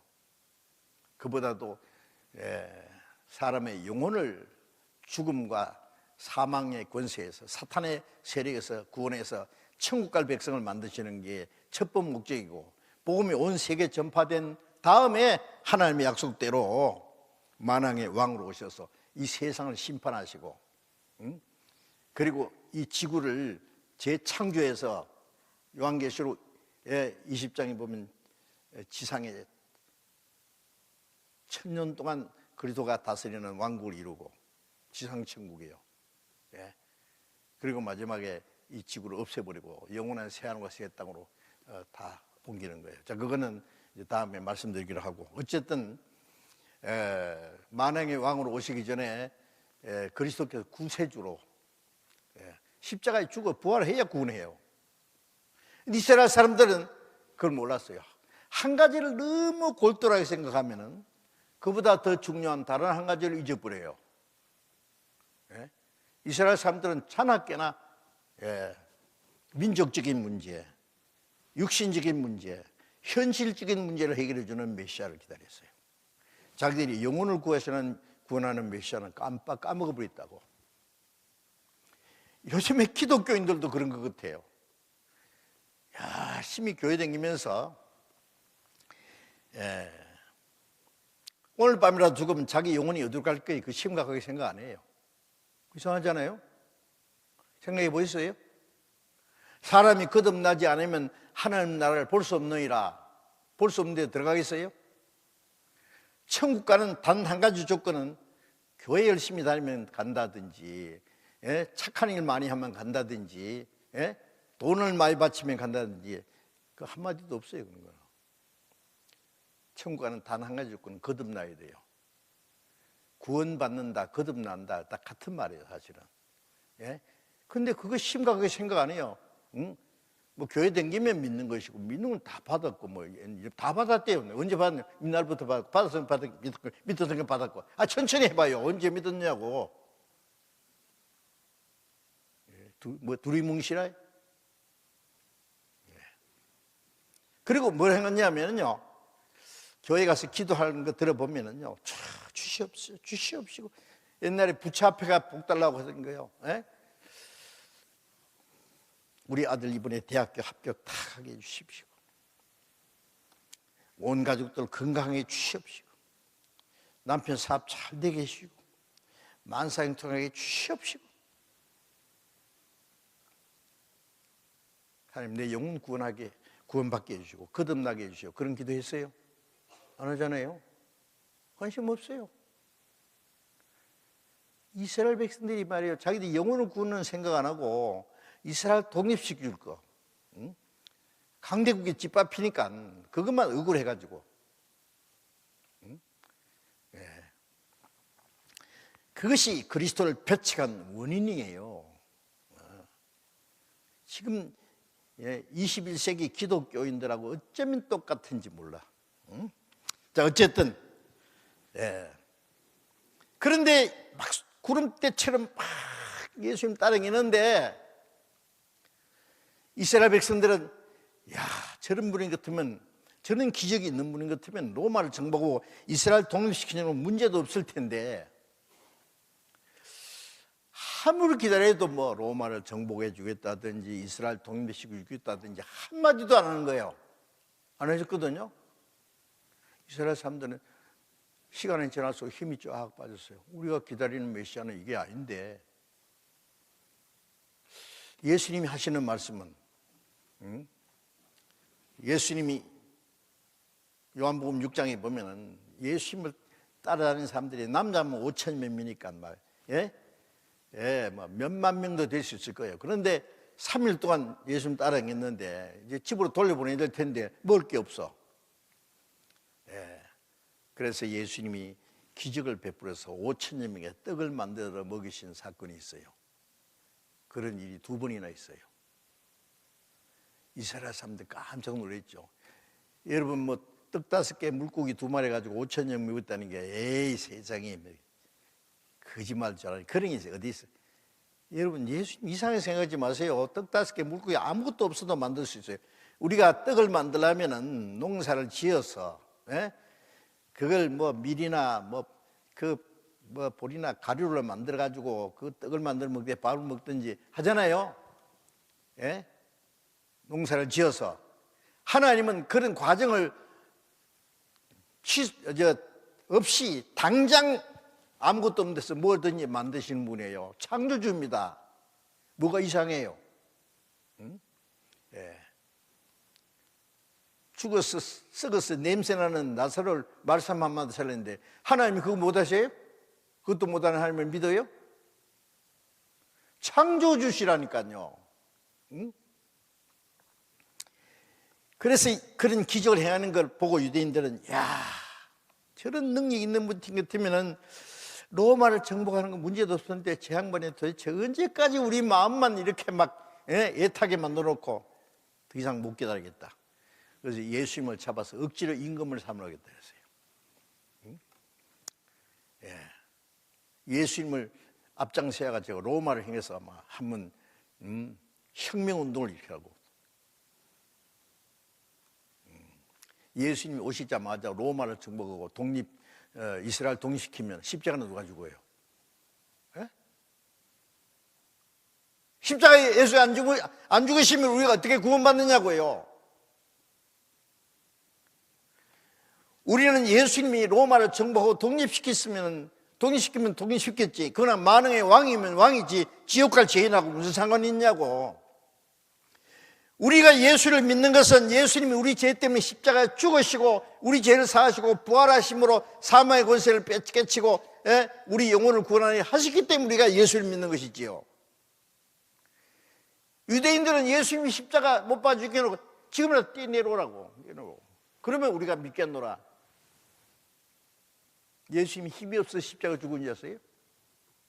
예수님이 만약 십자가에서 그래 이놈들 그러고 뛰내려와서 그러면요 주여 믿습니다. 그러지만 그럼 십자가 누가 죽어요? 아무도 구원 못 받아요. 이스라엘 사람들은 자기 영혼에 대해서 전혀 생각 못했어요. 그래서 예수님이 그들이 왕을 만들어 했는데 예수님이 그들을 피해서 산으로 가시니까 유대인들이 대실망을 하고 이 사람은 그리스도가 아니다. 우리가 기다리는 메시아 아니다. 그럼 뭐냐? 가짜다. 이 사람이 행하는 이적은 뭐냐? 그것도 가짜다. 마귀 능력 힘입어서 기적 행하겠지 뭐 이렇게 생각한 거예요.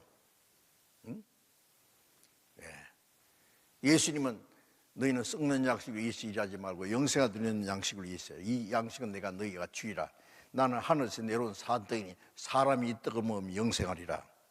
내가 너희 줄 떡은 너희 생명을 위한 내 살이로라. 내 살을 먹고 내 피를 마시는 자는 영생을 얻겠다. 먹고 마신다는 건 믿는 걸 말하는데 유대인들은 무슨 소리인지 자기 잡아먹으란 말인가. 재미없다. 다 가버린 거예요. 그래서 이 메시아이다. 그래 이제 유대 종교가들은 예수님이 그들의 위선과 거짓을 신라하게 꾸짖으니까 예수님 죽이려고 했어요. 반하여가지고.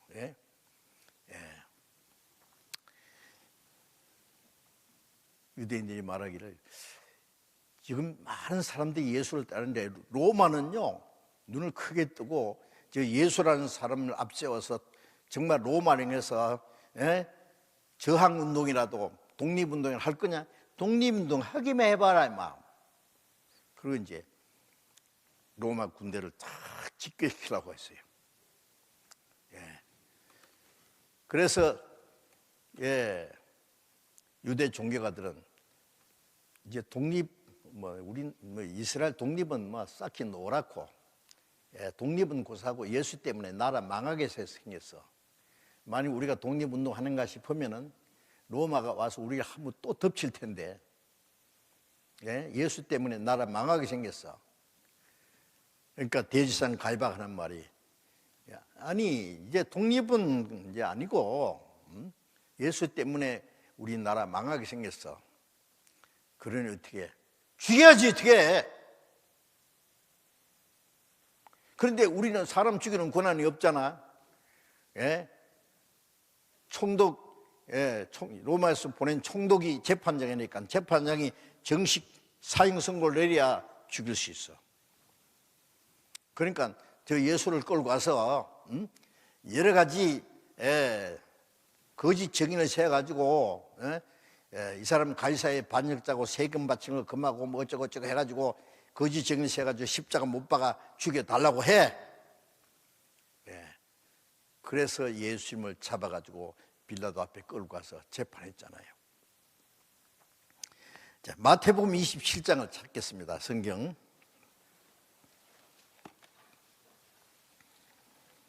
마태복음 27장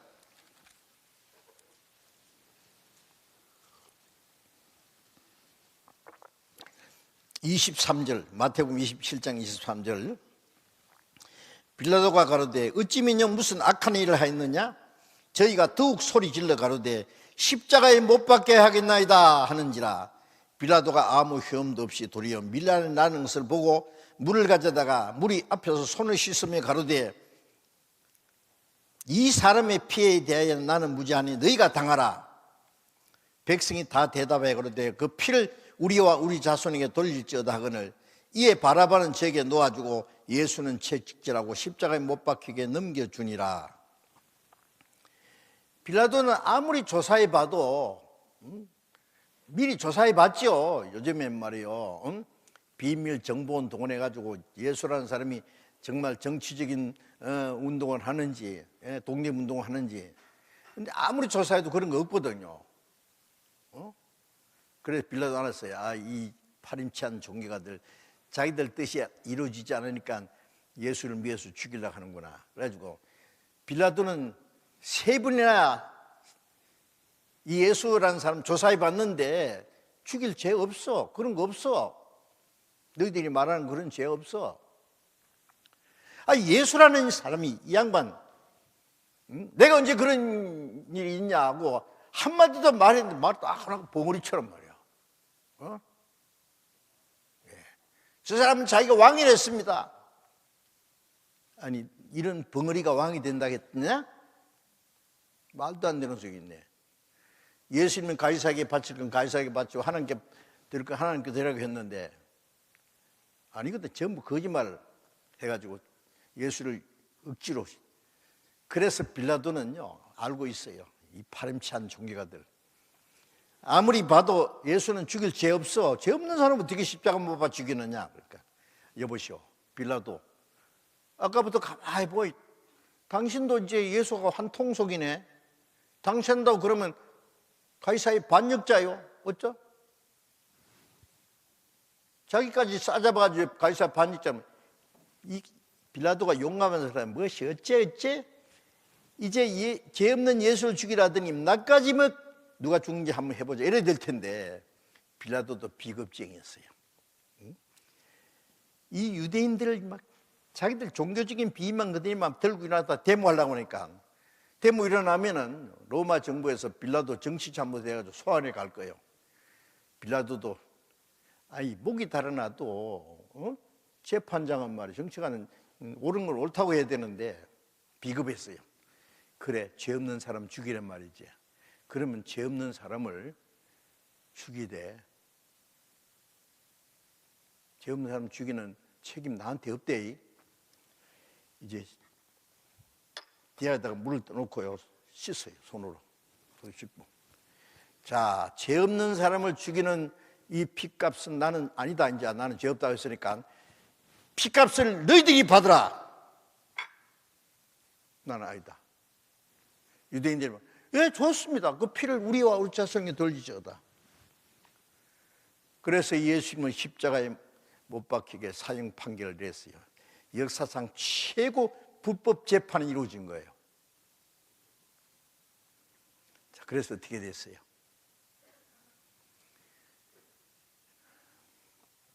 그 피값이 그들이 말한 대로 우리와 하는 것은 당대부터 우리 자손에게 약 2000년 동안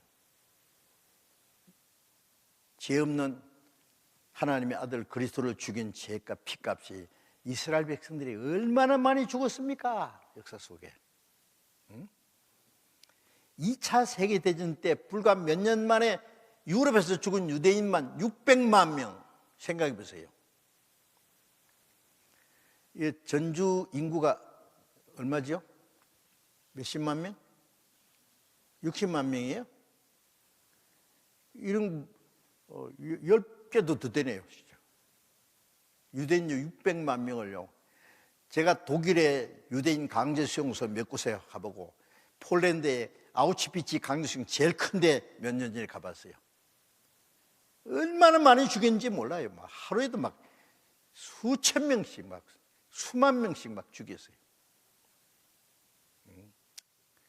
예.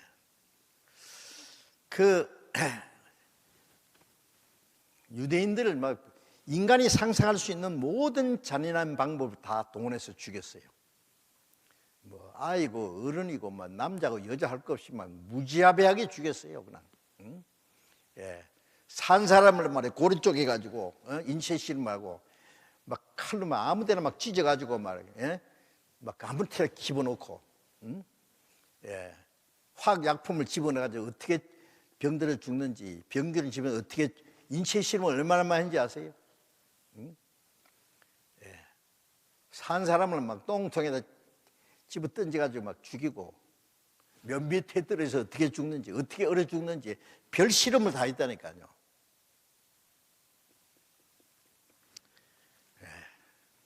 인간이 생각할 수 있는 잔인 방법 동원해서 죽였어요. 왜요? 그리스도를 배척한 죄의 형벌이 얼마나 지옥은 그보다 더 무섭죠. 예? 실물교훈으로 그리스도를 배척하는 죄는 용서 못 받는다는 거예요. 영원한 지옥이라는 걸 유대인의 역사를 통해서 우리에게 실물교훈을 보여줬어요. 누가복음 23장에 보면은 푸른 나무도 이가 차거든 마른 나무는 어떻게 되리요?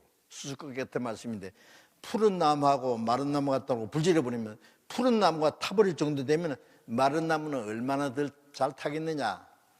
푸른 나무는 하나님의 택한 이스라엘 민족이요. 그들을 그래도 율법도 지키고, 예? 하나님도 모르고 아무것도 모르는 이방인들, 마른 나무 같은 하나님의 택한 백성도 그리스도를 배척한 죄로 이렇게 비참하게 심판을 받으면 마른 나무 같은 이방인들은 얼마나 더 큰 심판, 지옥이요, 그 지옥. 그걸 말씀하는 거예요. 예. 제가 첫날 또 말씀드렸죠.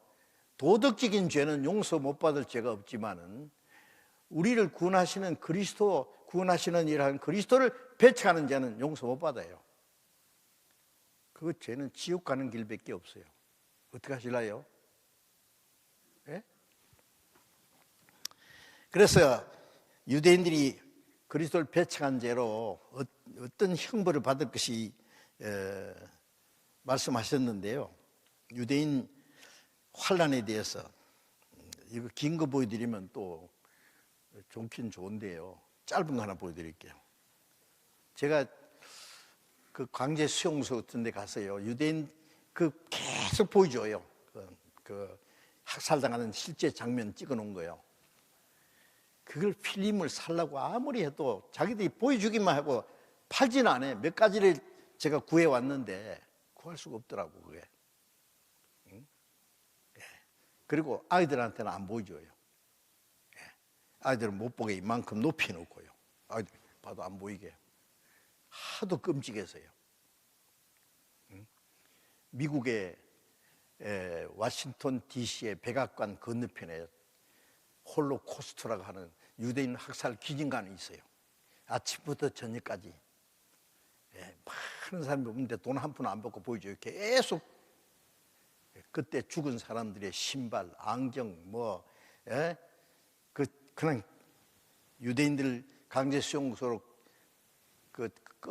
싣고 가는 열차 진짜 갖다 놨어요. 그게. 그걸 그때 찍어놓은 필름 계속 보여줘요. 왜 보여준지 알아요? 우리는 이렇게 죽었다. 그거 어쩌란 말이에요. 그러니 너희들 앞으로 각오하라. 유대인들이 이를 바닥바닥거려요. 막 갈고 있다고. 어떻게 해요? 복수하겠다 해요. 여러분 무섭습니다. 예? 예. 유대인들은 이 모든 건 우리가 잊어버린다. 용서한다. 그러나 결코 잊지는 않는다. 용서 못하겠다는 말이지 뭐. 어떻게 하겠다는 거예요? 세계를 정복하고 세계를 지배하겠다는 거예요. 예, 무섭습니다. 여러분들 나중에 좀 자세히 배우셔야 돼요. 그래서 유대인들이 환난당하는 장면을 짧은 것만 하나 보여드릴게요. 이제 오늘 좀 될 수 있으면 좀 빨리 마치려고 해요.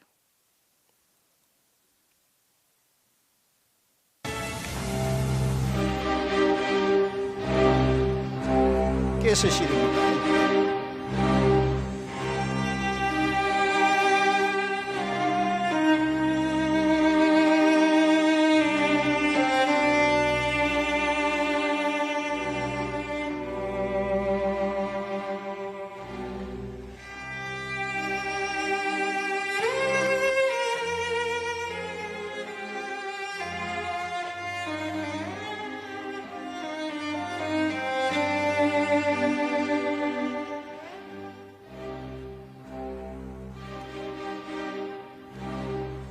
그때 실제로 찍은 사진은 죽은 시체들.